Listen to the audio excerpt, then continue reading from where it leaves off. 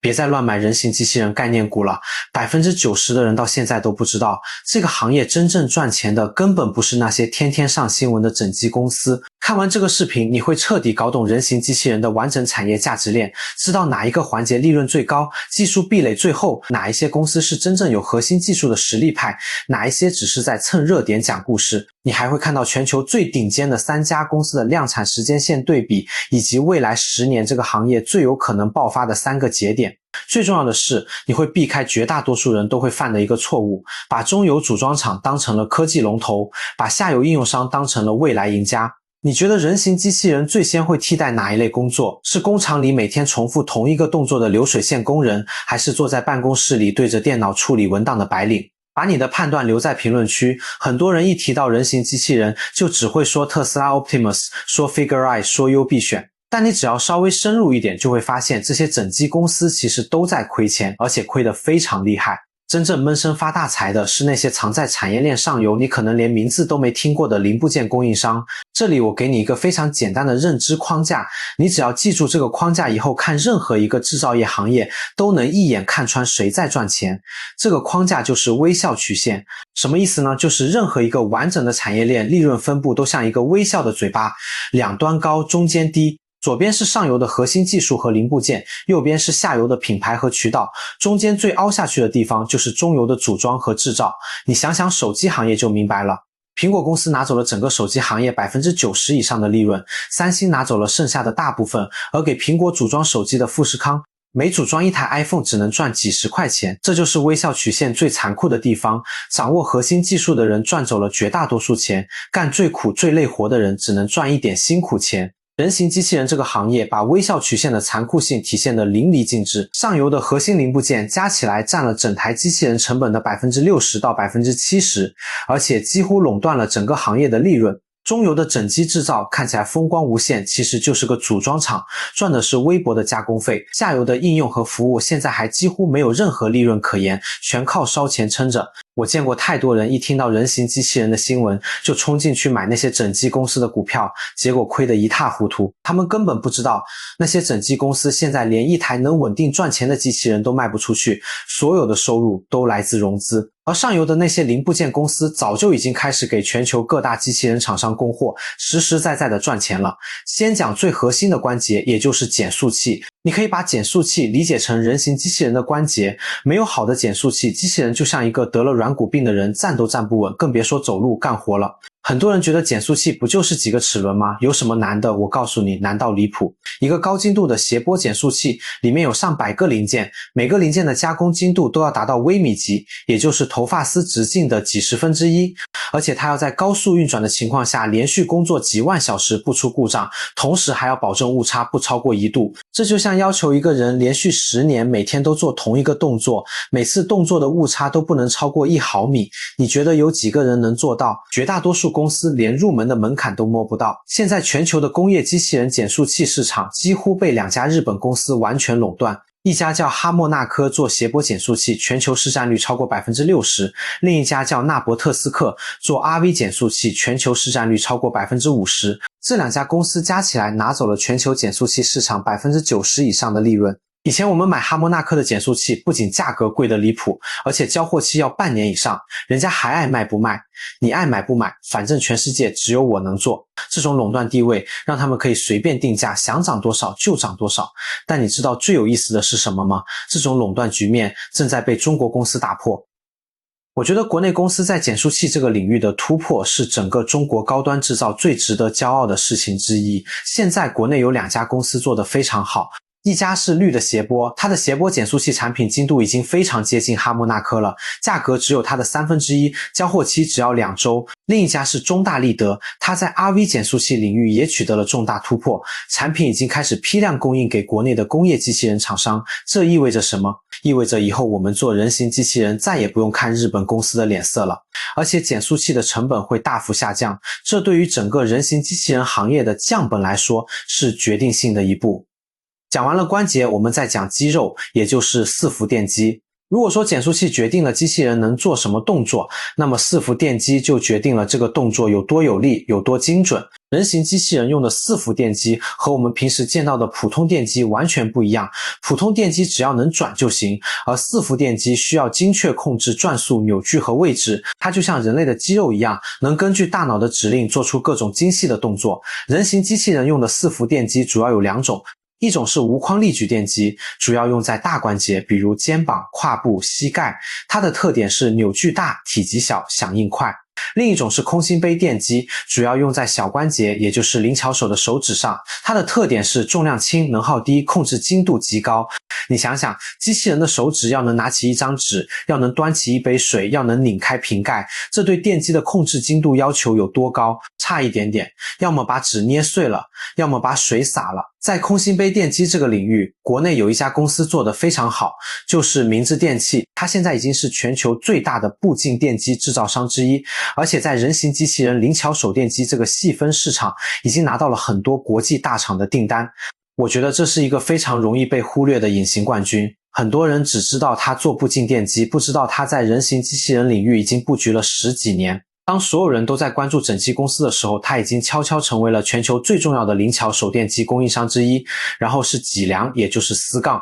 你可能很少听到这个名字，但它是人形机器人线性驱动系统的核心。简单来说，机器人要抬腿、要伸手、要弯腰，这些直线运动都要靠丝杠来完成。行星滚柱丝杠的技术壁垒非常高，以前全球只有少数几家欧洲公司能做，它的加工难度比减速器还要大，因为它的螺纹精度要求极高，而且要承受非常大的轴向力。如果丝杠质量不好，机器人走2步就会散架，这就像人类的脊椎一样，一旦出了问题，整个人就瘫痪了。所以丝杠的质量直接决定了人形机器人的可靠性和使用寿命。现在国内已经有几家公司突破了这个技术，比如恒力液压、贝斯特、北特科技。恒力液压本来就是做液压件的龙头，它的加工能力非常强，现在已经开始小批量生产行星滚柱丝杠了。贝斯特和北特科技也在快速跟进，预计未来2年就能实现大规模量产。我觉得丝杠这个领域未来会诞生几个非常大的公司，因为每一台人形机器人都需要好几个丝杠，而且它是易损件，需要定期更换，这个市场的规模一点都不比减速器小。最后是感官，也就是传感器。一个没有传感器的机器人，就像一个又瞎又聋又没有触觉的人，什么都干不了。人形机器人需要的传感器非常多，有视觉传感器、听觉传感器、触觉传感器等等，其中技术壁垒最高的就是6维力传感器。什么是6维力传感器？就是它能同时检测3个方向的力和3个方向的力矩。简单来说，就是机器人能感觉到它碰到了什么东西，用了多大的力气。比如机器人要端一杯水，不能太用力把杯子捏碎，也不能太轻让杯子掉下来，这就全靠6维力传感器。以前6维力传感器几乎全靠进口，价格非常贵，一个就要几万块钱。一台人形机器人需要好几个6维力传感器，光这一项成本就要几十万。这也是为什么以前人形机器人价格这么贵的原因之一。现在国内的颗粒传感汉威科技已经做出了性能非常接近进口产品的6维力传感器，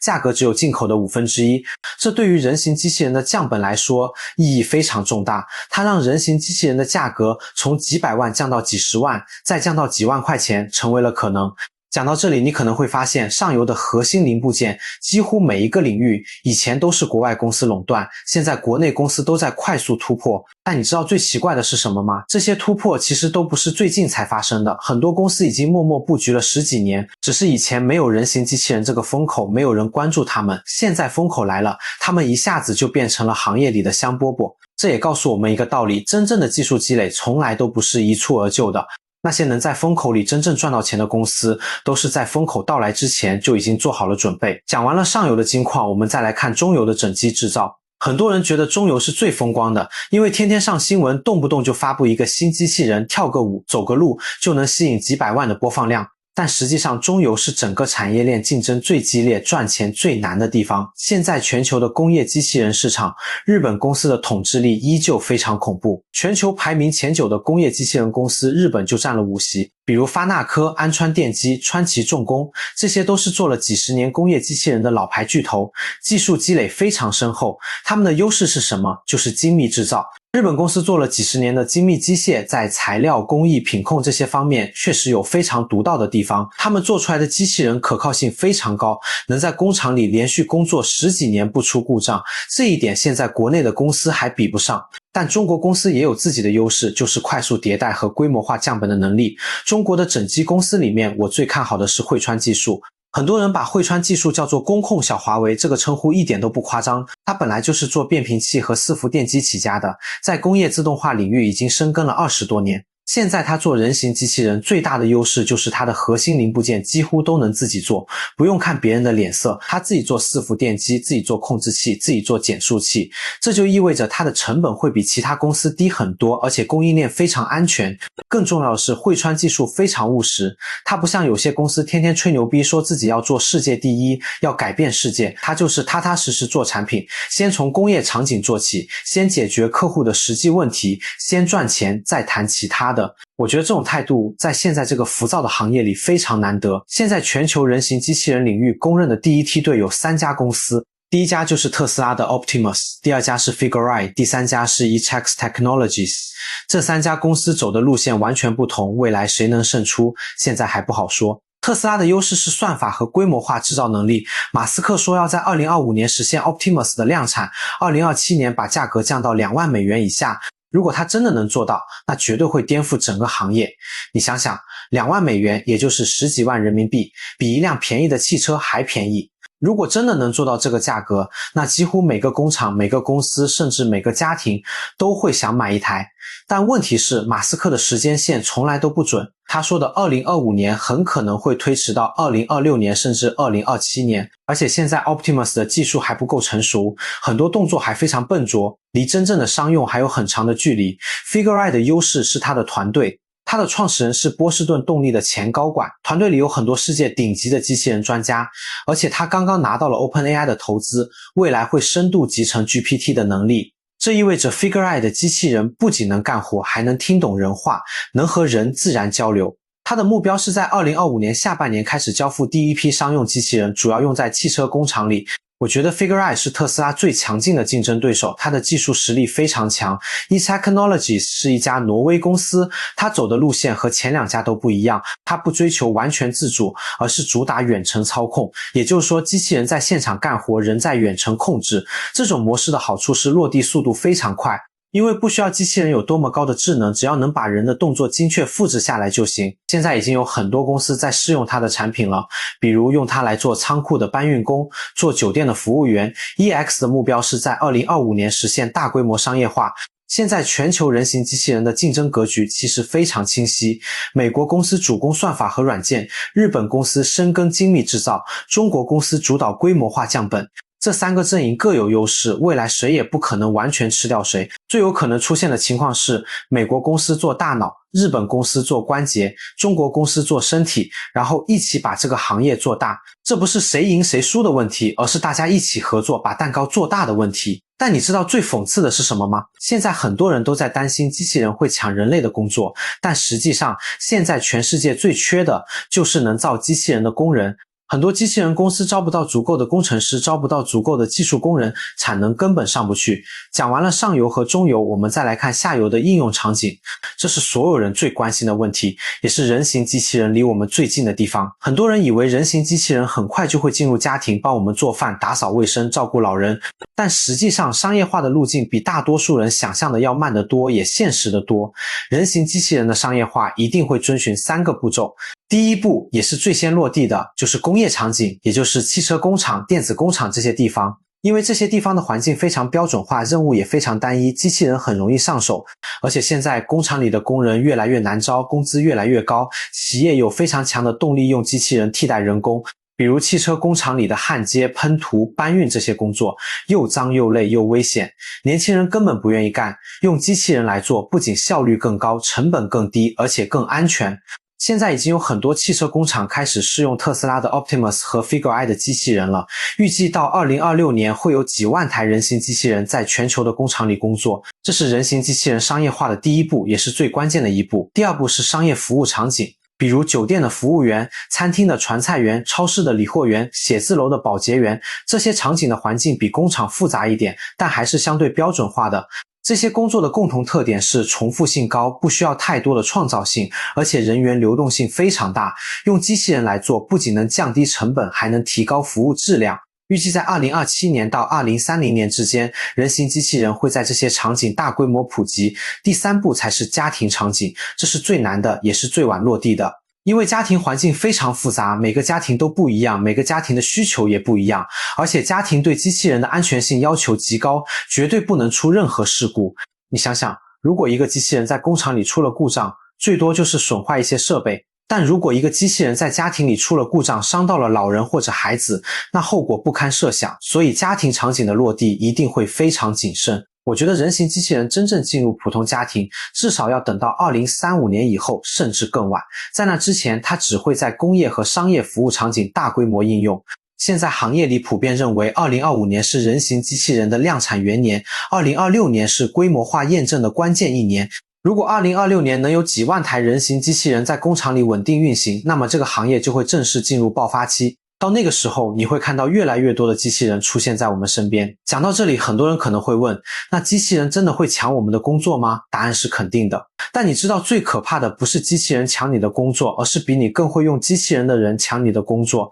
最后，我们来聊一个所有人都无法回避的问题：人形机器人的普及到底会给人类社会带来什么？首先，一定会有社会阵痛。未来10年会有大量的重复性劳动岗位被机器人替代。有研究机构预测，到2035年，全球大约有 30% 的工作岗位会受到人工智能和机器人的影响。其中受影响最大的就是那些重复性高、创造性低的工作，比如流水线工人、快递员、外卖员、收银员、保洁员、电话客服、数据录入员等等。这些工作未来10年内大部分都会被机器人或者人工智能替代，但这并不意味着人类会失业。历史上每一次技术革命都会淘汰旧的工作，同时创造新的工作。第一次工业革命淘汰了手工劳动者，创造了工厂工人。第二次工业革命淘汰了马车夫，创造了汽车司机。第三次工业革命淘汰了打字员，创造了程序员。这一次也不会例外。而且我觉得我们不应该害怕技术进步，技术进步从来都不是人类的敌人，而是人类的朋友。它让我们的生活变得更美好，让我们有更多的时间去做那些真正有意义的事情。人形机器人的普及最大的好处不是提高了生产效率，而是解决了人类社会最大的一个难题——老龄化。现在全世界几乎所有的发达国家都在面临老龄化的问题，中国也不例外。未来几十年，我们会有越来越多的老人需要照顾，但年轻人越来越少，这个问题靠人力是根本解决不了的，只能靠机器人。如果没有机器人，未来很多老人可能会无人照顾，孤独终老，这才是真正的悲剧。更重要的是，机器人会把人类从那些枯燥、乏味、危险的重复性劳动中解放出来，让我们有更多的时间去做那些真正有创造性、有意义的事情，比如艺术、科学、教育、陪伴家人等等。这才是技术革命最终的意义。技术本身没有好坏之分，关键在于我们怎么使用它。如果我们用它来剥削人类，那它就是灾难；如果我们用它来解放人类，